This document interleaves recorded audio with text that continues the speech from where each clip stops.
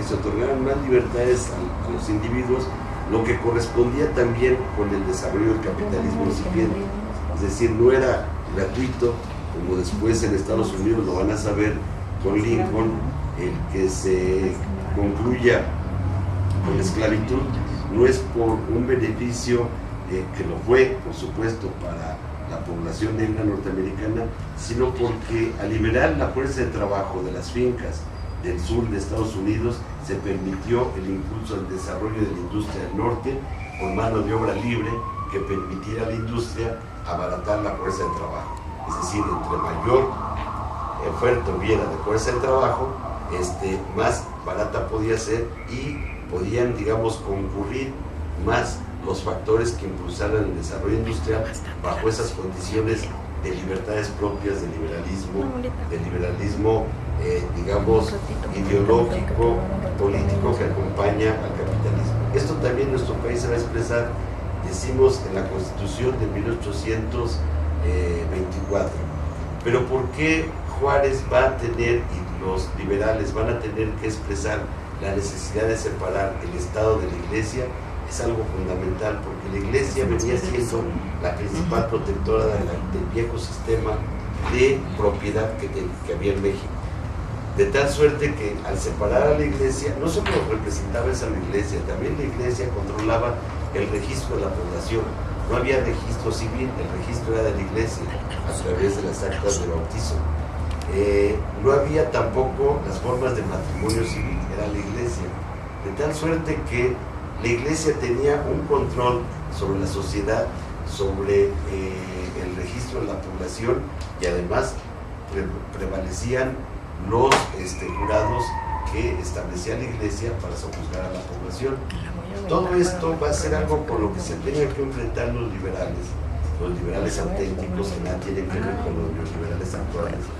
Los liberales de la época de Benito Juárez, hay que decir algo muy importante, era gente honesta, por algo por lo que se distinguía Juárez y muchos, Melchor Ocampo y otros liberales de aquella época, el nigromante, era por su enorme honestidad a prueba de todo. O sea, a Juárez jamás se le sorprendió con ningún tipo de corrupción como lo que hoy está de moda. Era el liberalismo de aquel tiempo otra cosa distinta, y las leyes de reforma y la Constitución de 1857 un gran avance, porque entonces se van a establecer las bases de un Estado moderno. Por primera vez en México se establecen las bases de un Estado moderno donde el Estado se haga responsable del registro de la población, de los tribunales para la población, de los matrimonios, y se separa la Iglesia y se le resta importancia. Más aún, la desamortización de los bienes. Es decir, la Iglesia se ha convertido en una especie de traba para el desarrollo nacional. ¿Por qué? Porque lo que estaba haciendo era acaparar tierras ociosas, tierras que no se permitía trabajar a nadie y que era necesario para poder impulsar el desarrollo. No había hermanos incómodos. No había hermanos incómodos, dice el profesor Jesús Luna. Bueno, quiero recordarles que estamos transmitiendo en vivo a través de radioamlo.org, Deluxe TV, que se transmite a través de www.sme.1914.org, y a través del blog Fraternidad de Jubilados LA.blogspot.com. Y agradecemos a Caro, a Patti y a Jaguar, que están haciendo toda la labor técnica para que ustedes puedan escucharnos y vernos en vivo. Y bueno, ya están viendo en este momento el monumento a la revolución desde aquí, o todavía no. Bueno, el sol no lo permite, pero no muy bien, minutos más ya lo van a ver. Y pueden llamarnos, estamos en vivo, pueden llamarnos a hacer sus comentarios, sus preguntas al 55352731. Esta es una introducción realmente a una serie de temas que vamos a tener a lo largo de las próximas semanas, todos los martes, a las 5 de la tarde. Está muy interesante la participación del licenciado Óscar Alzaga. Y bueno, un poquito para romper el turrón. Yo recuerdo que en el archivo general de la Federación, o de la Nación, está el testamento de don Benito Juárez, que se le conoce como factible. Pero me llama muchísimo la atención cuando inauguraron, tienen sus oficinas cuando las inauguraron, en estaba la exposición central en la Merced, o en la Candelaria, saliendo del metro Candelaria. Ahora ya no está ahí, ahora está frente al municipio de Juárez.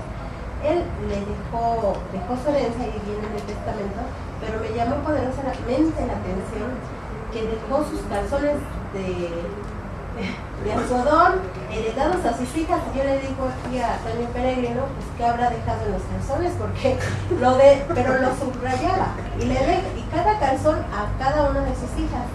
Entonces yo digo, pues algo había en esos calzoncitos, porque pues estaba tan interesado que hasta en el testamento lo decía.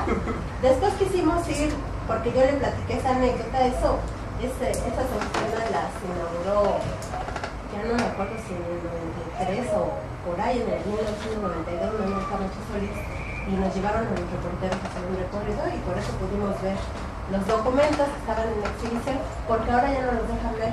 Tiene que llevar usted un escrito, decir para qué lo quiere ver y pagar una cuota que ya no me acuerdo de cuánto es, pero es todo un turrón ver el testamento de Don Benito Juárez y por qué daba sus calzones, y tan específicamente a cada una de sus hijas un calzón.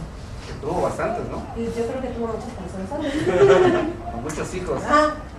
No sé. Bueno, pues estamos transmitiendo en vivo y un poco aquí para amenizar la tarde. Visítenos y escríbanos, sobre todo, pregunte o participe. @rudosesme, @rudosradio, AMLO, eso es Twitter, o al 55352735. Bueno, y quiero comentar ya en serio que el hecho de que se le hayan expropiado las tierras a la iglesia era muy importante, porque tenía alrededor del 80 o 90% de la concentración de las tierras, pero se les llamaba tierras de manos muertas porque en realidad no se trabajaban, o sea, no generaban riquezas, sino que estaban ahí porque la iglesia se dedicaba a prestar dinero.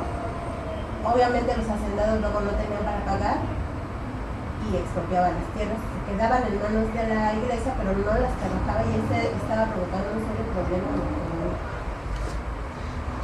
Esto que menciona Oscar es bien importante. Eso no se trata de un problema de demostrar a la iglesia, porque la iglesia tiene sus claroscuros, lamentablemente a veces son más oscuros que claros. Y en el siglo XIX, sin duda la iglesia con un papel tan importante como es el haber inducido tantos golpes de Estado, el haber inducido la intromisión de estados extranjeros. La iglesia participó activamente para tener un emperador europeo. La iglesia participó activamente para la invasión americana. Incluso hay una anécdota que en Puebla era un arzobispo que era gobernador, y la iglesia se comprometió a través del jerarca de ese tiempo de que en Puebla los iban a dejar pasar a los americanos libremente. Y esto que decía Oscar acerca de los gobernantes incorruptibles, hay una anécdota que estando en el exilio Benito Juárez y Melchor Ocampo, Benito Juárez se ganaba la vida haciendo los puros, enrollando los puros, no sé cómo se diga correctamente, y en alguna ocasión llegó y le obsequió un puro a Melchor Ocampo, y Melchor Ocampo le quiso hacer una broma a Benito Juárez, y dice, no acepto el puro porque el indio que fuma puro seguro es un ladrón. Y Juárez se indignó tanto que dijo, lo indio se me nota, pero ladrón nunca. Entonces, esto desafortunadamente yo creo que en un buen tiempo para acá, al menos en el siglo XIX y en el XX, no podemos, bueno, al menos sin impresión, hablar lo mismo de los gobernantes, porque no he conocido uno más que en el siglo XX, que fue Lázaro Cárdenas, me parece. Y de ahí en fuera yo creo que, pues, no serán indios, pero ladrones sí. ¿Quién sabe indio también? No, el indio es muy digno. Pues sí coincido, pero también habría que incluir a Andrés Manuel López Obrador en el gobierno del Distrito Federal, porque vean ustedes que si a alguien le han estado vigilando todas sus acciones, hasta la más pequeña, cualquiera que haya tenido, ha sido Andrés Manuel López Obrador. No se nos olvide que todas las acciones que pudieron detectar en contra de él, aunque no fueran de él, las estuvieron denunciando, como todos recordamos. Y que esto habla también de una persona incorruptible, me parece a mí, pero también líderes como Demetrio Vallejo, Elena Poniatowska lo describe precisamente como el incorruptible, porque en eso se caracterizó mucho. Yo estaría en contra de aquellos amigos que luego nos dicen, es que en México todo el mundo somos corruptos. Yo creo que no. Yo creo que la gran mayoría, los que vivimos de nuestro salario, no somos corruptos, ni practicamos la corrupción. Hay que salvar mucho la dignidad de nuestro pueblo, de la mayoría, porque muchas veces por aquellos que sí lo hacen, de pronto se convierte en una expresión fácil o facilona, decir, es que todos somos iguales. No, por favor, la mayoría del pueblo mexicano no es corrupto. Otra cosa son aquellos que lo practican y además lo están pregonando. Yo, volviendo a nuestro tema, me gustaría decir lo siguiente, que es importante que en este año todos reflexionemos el enorme valor que tiene la memoria de nuestro país, la historia. Este es un año fundamental y si en este año no nos damos cuenta del papel enorme que tiene la independencia y la revolución, no que tuvieron, que tienen en este momento, no sabemos valorar lo que parte del dominio político en cualquier nación es dominar la historia y la interpretación de la historia.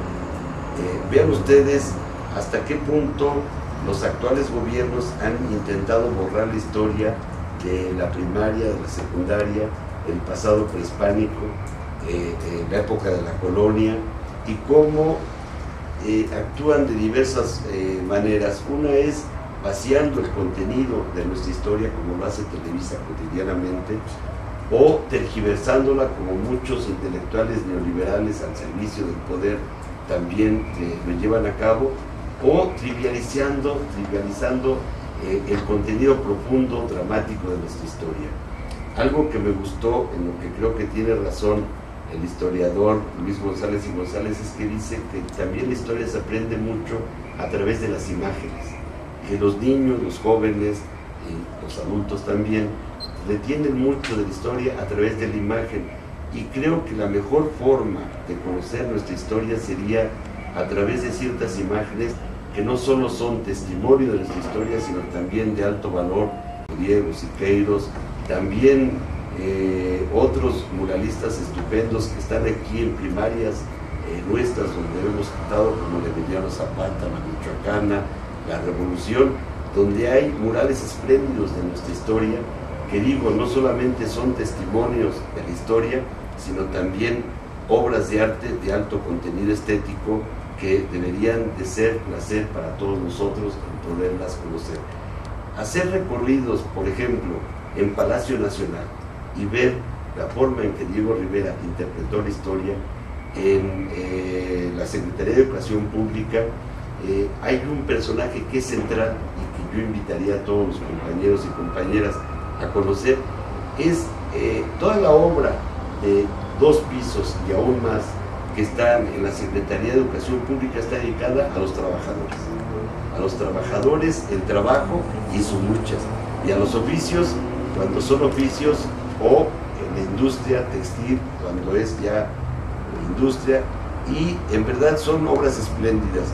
Lo mismo que de Orozco, en lo que tenemos en la Preparatoria Nacional, La Trinchera expresa en verdad uno de los más altos valores trágicos, épicos de nuestra historia, a través de esos cuerpos que están cruzados en el famoso mural La Trinchera.